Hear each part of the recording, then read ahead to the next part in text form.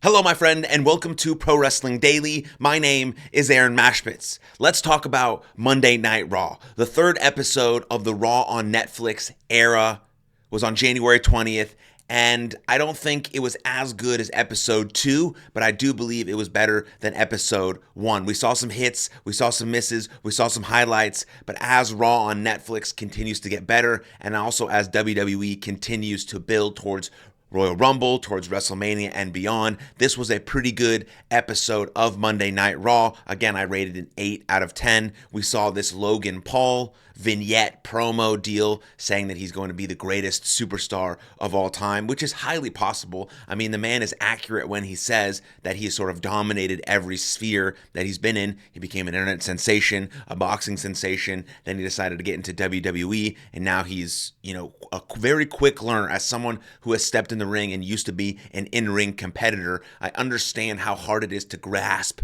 some of the concepts, some of the moves, the execution, the timing, the pageantry, the drama, the story, the emotion, the drama. There's so many things that go into being a great WWE superstar. And as many WWE superstars have said on Logan Paul's podcast, including Randy Orton and John Cena, that he's picked it up rather quickly, and they can see how much he respects the business. And I think that's important because a lot of people just come to WWE for the quick bit of fame and then they want to go elsewhere. But when you really respect the art of professional wrestling, the art of executing a great story and a great match, then the other performers and the other wrestlers respect you that much more. And so it seems like he's actually fallen in love with the sport and with the entertainment, which is incredible.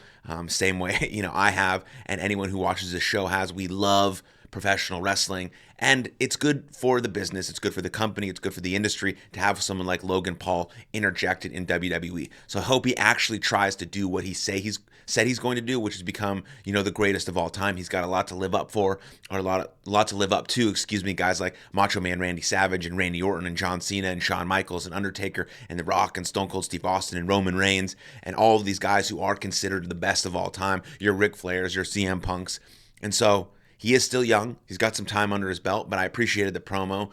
I appreciate the gusto. I think he could be one of the most hated people in WWE just based on his aura, the way he presents himself, which could be really great. And there could be some really great feuds and storylines. Then usually just as over time it happens, bad guys turn into good guys because the fans start to just appreciate their work and how good they are at what they do. Paul Heyman actually did also mention that on his episode with Logan Paul as well.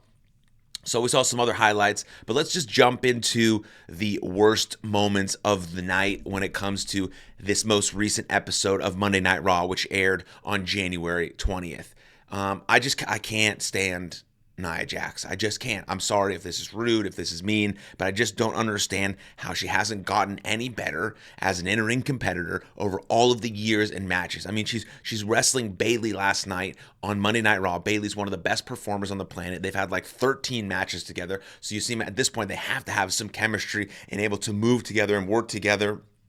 And she just can't execute basic moves. She kicks her here. She has bad timing here. She doesn't know when to move here. She can't jump. She can't base. Like, there's so many things that just don't happen for her. And it just doesn't make sense. We saw this at Survivor Series when she sort of botched the first part of that match. And then all these other superstars had to bring up back the intensity and the juice because it was such a snooze fest at the beginning with her. And I don't know her as a person, so I would never comment on her as a person. I don't know her at all. Don't know anyone who knows her. So that's not my commentary. I'm just speaking as a professional wrestler who understands the dynamics that happen inside of the ring. She's just not very good and hasn't gotten any better in sort of her timing, her pacing, her execution, the way she sells, the way she bases, the way she jumps, the way she moves. Like, it just hasn't gotten any better over many matches, working with some of the best wrestlers and entertainers and performers in the world. And so I've had enough. I don't understand why WWE keeps putting her out there. I hope to God she doesn't win the Royal Rumble. We have to have Io Sky win the Royal Rumble. That's what it needs to be. She's the best women's wrestler pound for pound on the planet, and there's two great champions that she could potentially face, even though I've laid out all my women's WrestleMania predictions. We got Charlotte Flair and Tiffany Stratton. I think it'll be Rhea Ripley, versus Io Sky versus Liv Morgan. But those are great matches. And we saw a little bit more of this Roxanne Bayley feud that's brewing, which I hope leads to WrestleMania as well. But you got to get Nia Jax out of there. So hopefully after Rhea Ripley beats her at Saturday night's main event, she's done. She's out of the main event picture and she can just go somewhere else. But she's going to be in the Royal Rumble and they're going to give her a dominating performance and yada, yada, yada, yada, yada. But she can't win. And I'm just sort of sick of seeing her having marquee matchups when other people on the roster are way fucking better at performing in the ring. And so that's one of the worst moments of the night. The next worst moment was the segment between Gunther and Jey Uso. Jey Uso is so popular. His entrance is awesome. It fires everyone up. He's great on the mic. He's main event Jey Uso. He's finally getting a main event against Gunther. And Gunther absolutely tanked this promo. He absolutely tanked it. Now, I have a bias towards Gunther because I worked and wrestled with him when I was in Germany for WXW, and he's amazing. I think pound for pound, he is the best professional wrestler on the planet, best in-ring competitor. The way he does things is above everyone else. But on the mic, on this January 20th edition of Monday Night Raw, just wasn't very good. He didn't carry his weight. He dropped the ball. There wasn't any intensity. The only thing that picked it up at the end was like the little brawl, and then he grabbed his title and went home like a scared little boy.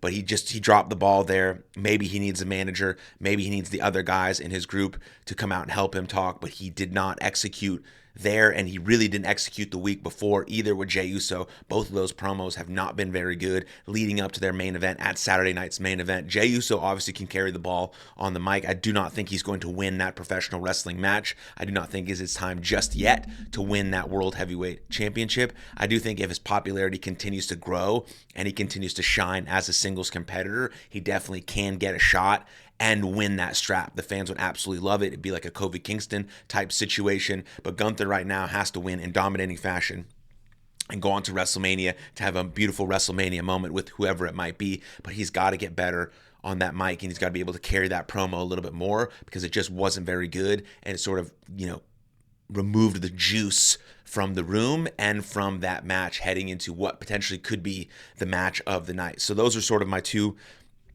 worst moments. We also saw another Penta match. I'm not super high on Penta, but what's most important to note about Penta is that presentation matters. I think Chad Gable and Pete Dunne are better professional wrestlers than Penta, but presentation matters. That's why it's sports entertainment. It's about entertainment. He's got a great getup, a great entrance, a great presentation. He's got the Sierra Merito sign. He's got all these cool things that elevate everything he does in the ring, even if his in-ring stuff isn't as sharp or as tight or as deliberate as everyone else. And he just does a lot of random moves and they don't make a lot of sense, but then some of his big moves are really cool and the presentation is amazing and he has a lot of energy and his facial expressions are pretty good. I mean, that carries a lot of weight. But I do think that Chad Gable and Pete Dunne are better professional wrestlers than him. Pete Dunne is incredible. Like, if you're looking at like just pound for pound, someone who really knows what they're doing inside of that ring and has facial and has a good character and presentation, obviously not as good as Penta, that's Pete Dunne. I mean, when he was dominating the NXT UK brand, I believe it was, like some of the best stuff you could ever see. And so kudos to Chad Gable and Pete Dunne for doing their job really well and making Penta look good. We'll see where it goes with Penta, but presentation absolutely, definitely matters. And then we go into sort of the best moments of the night. Best moments of the night. Probably the best moment of the night was the CM Punk promo. I mean, it got the biggest pop of the night when he said, Hulk Hogan's dusty ass and that he was going to kill Hulkamania. That got the biggest pop of the night. I thought the Sami Zayn Kevin Owens interaction was very interesting. It's right up Kevin Owens' alley. He's trying to manipulate someone he's known for 25 years to come and help him at the Royal Rumble in this ladder match with Cody Rhodes so that he can win the strap, manipulating him into thinking that he can help him win the Royal Rumble match so that they can go on to WrestleMania and main event. Like, very, very good, subtle, just like psychological tactics from Kevin Owens, which he's really good at, because on one moment you see him be unhinged and totally just beating the shit out of everyone, and then you see him very calculated and understanding about what he wants to do and how he wants to do it. He understands how tough of a competitor Cody Rhodes is. He understands how good Cody Rhodes is and how much it's going to take to beat him. So then he's using this manipulation and these psychological tactics to try and garner potential help so he can secure this victory and actually go on to main event WrestleMania and be the champion that he currently says he is. Really good stuff. CM Punk, again, not a huge fan, but I understand that the fans absolutely love him, and he may win his first ever Royal Rumble. That may be the path they go. Again, it's a stacked Royal Rumble, all-star cast, but CM Punk may be at the top of the list for that. So, okay, I wouldn't mind seeing a CM Punk Cody Rhodes. I wouldn't mind seeing a CM Punk Gunther. Not my first choice, but man, they just absolutely fucking love him, and his Hulkamania dusty ass comment got the biggest pop of the night, and it was awesome, so I'll give him that. But the best moment of the night clearly was the WrestleMania 40 rematch main event of the night. Drew McIntyre, Seth Rollins, just absolute pros, duking it out, going to war in the middle of Monday Night Raw, having one of the best matches you'll see on an episode of Monday Night Raw with a WrestleMania 40 rematch. And then you had a little bit of a twist at the end with Sami Zayn kicking Seth Rollins. Are they friends? Are they not? What's going to do? I mean, nobody's friends going into Royal Rumble. Everyone is there for themselves and for a shot of main eventing WrestleMania, because that's the goal of every single wrestler every year. But Drew McIntyre, Seth Rollins steal the show. I mean, Seth Rollins is in the main event every week. He's the man. Drew McIntyre is so undervalued and underappreciated. It's ridiculous. But that was the January 20th episode of Monday Night Raw. Again, I'll rate it about an 8 out of 10. It was pretty good. Not as good as episode 2, but gave us some good bits of stuff to move us toward Saturday night's main event, to move us toward Royal Rumble, and eventually start materializing what's going to happen at WrestleMania. So thank you very much. Please like, subscribe, share this video, comment below. I'd love to know your thoughts. But other than that, I'll see you next time. Cheers.